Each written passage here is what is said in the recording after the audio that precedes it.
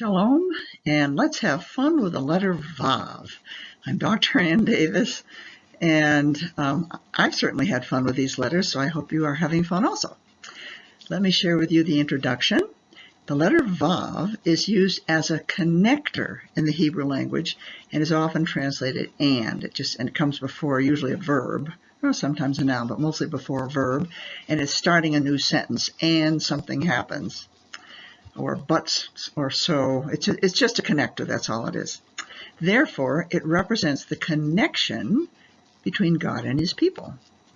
Now, the Paleo-Hebrew, I like to do the Paleo-Hebrew, is a tent peg that stands for strength and stability.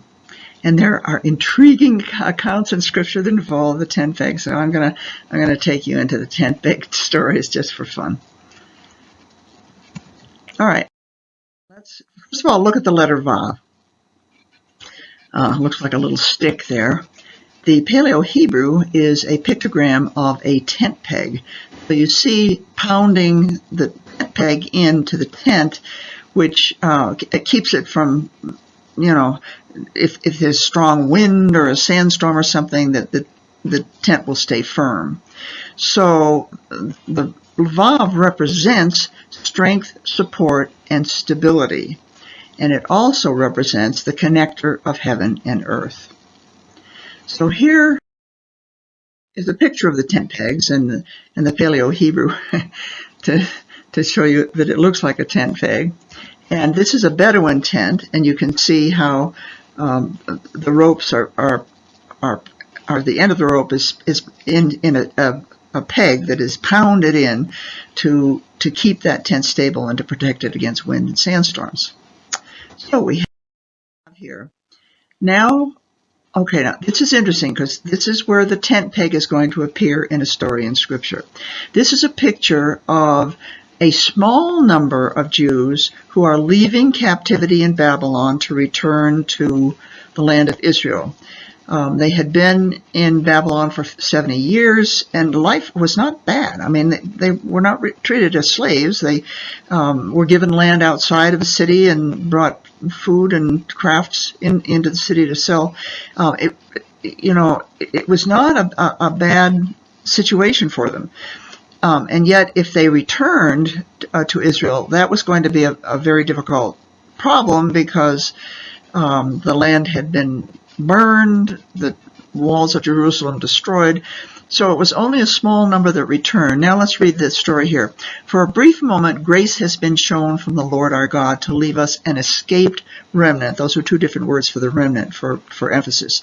And to give us a peg in his holy place. So the remnant now are a peg for all God's people, because they're the ones who are walking in righteousness in God's ways, and God can work with them to carry out his plan to eventually bring all of his people into his presence. To give us a peg in his holy place, that our God may enlighten our eyes and grant us a little reviving in our bondage. So all of us are in bondage. Symbolically, we're in bondage to sin. And the work of the remnant is to work with the Lord Yeshua to eventually bring all of God's people into a condition where they could come into his presence, which has to be a condition of righteousness. Now I'm going to take you to a fun story that involves a tent peg. And that story involves a woman in the Hebrew text called Yael. This is a picture of a real woman. My husband and I were, I can't remember the name of the kibbutz, but the kibbutz had a connection with the Bedouin, and they had created a little museum of their own about the Bedouin life. And this woman is a Bedouin who is at the kibbutz to meet with visitors to teach them about the Bedouin life. And my husband took this picture, and I absolutely love it.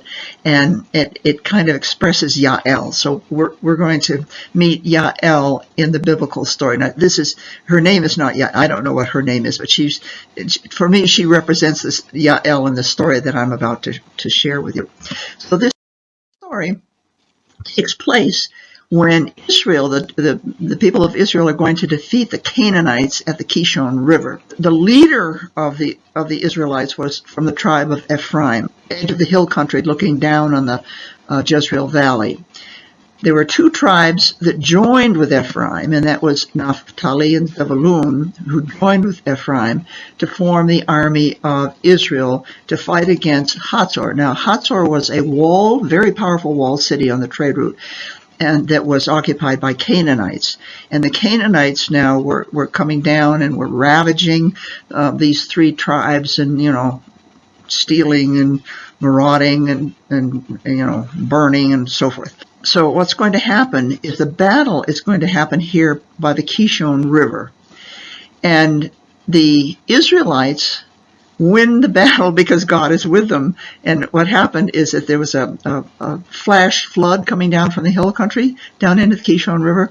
And the chariots of the Canaanites were in that riverbed and got stuck in the mud.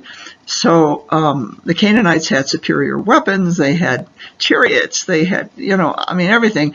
And there are the Israelites. They didn't have chariots. They didn't have really superior weapons. But the Canaanites were bogged down in the mud so that the Israelites were able to come in and win the battle. Now, at the end of the battle, the leader of the Canaanites was Sisera. Sisera is a name that he was probably a mercenary. He was not a Canaanite. He was a mercenary employed by the Canaanites. He was the leader of the battle. Of course, his troops lost the battle. And look what happened. Look what happened. Sisera, that's the leader of the Canaanites, Sisera fled away on foot.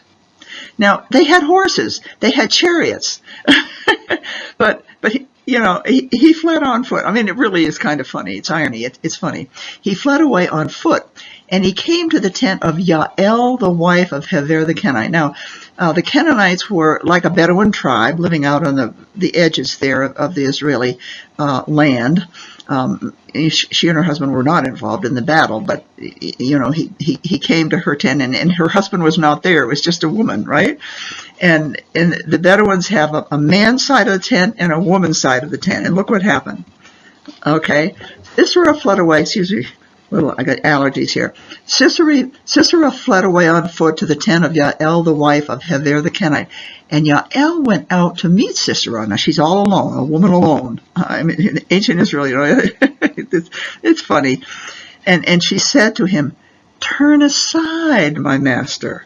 Turn aside to me." This is language used by prostitutes who are enticing the men to come into their dwelling, right? So that the prostitute can be with the man. So this is the language. Turn aside, my master. Turn aside to me.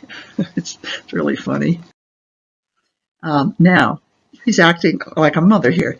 He said to her, "Oh, just give me a little water. Oh, I'm dying of thirst. I need water. I'm so thirsty."